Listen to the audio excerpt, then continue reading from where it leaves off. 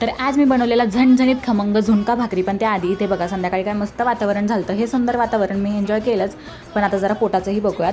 तर आता वळूयात आपल्या आजच्या रेसिपीकडे. तर आज मी बनवणार होते झणझणीत झुणका भाकरी, आणि त्यासाठी मी इथे किचनमध्ये आले आणि सगळ्यात आधी इथे मी कांदा कट करून घेतला आहे, चिरून घेतला आहे मस्त. त्यानंतर मी इथे काही हिरव्या मिरच्या आणि लसूण छान ठेचून घेते, ठेचा बनवून घेते आहे. बेसनही घेतली. आता तडकामध्ये येऊयात. तर सगळ्यात आधी मी इथे कढई छान तापवून घेतली. त्यात मी ॲड करणार आहे तेल छान तापलं की त्यात मी ॲड करणार आहे मोहरी चांगली तडतडू द्यायची आहे. मग मी यात ॲड करणार आहे जिरंही छान फुललं पाहिजे.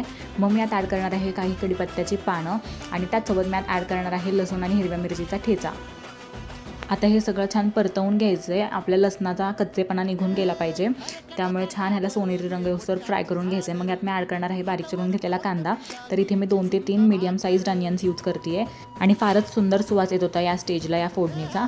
कांदा चांगला परतला गेला की यात मी ॲड करणार आहे लाल मिरची पावडर, धना पावडर आणि अगदी थोडीशी हळद, आणि हे सगळं चांगलं मिक्स करून घ्यायचं आहे, परतवून घ्यायचं आहे. मग मी यात ॲड करणार आहे बेसनही ॲड करून छान परतवून घ्यायचं आहे आपल्याला.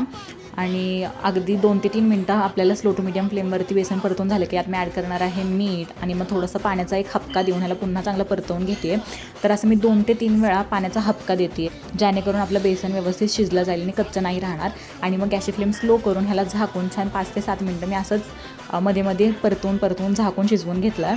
आणि सगळ्यात शेवटी मी याला गार्निश केलं भरपूर साऱ्या बारीक चिरून घेतलेल्या कोथिंबिरीनी. आणि बघू शकता तुम्ही काय सुटसुटीत झुणका बनवून झाला आहे रेडी.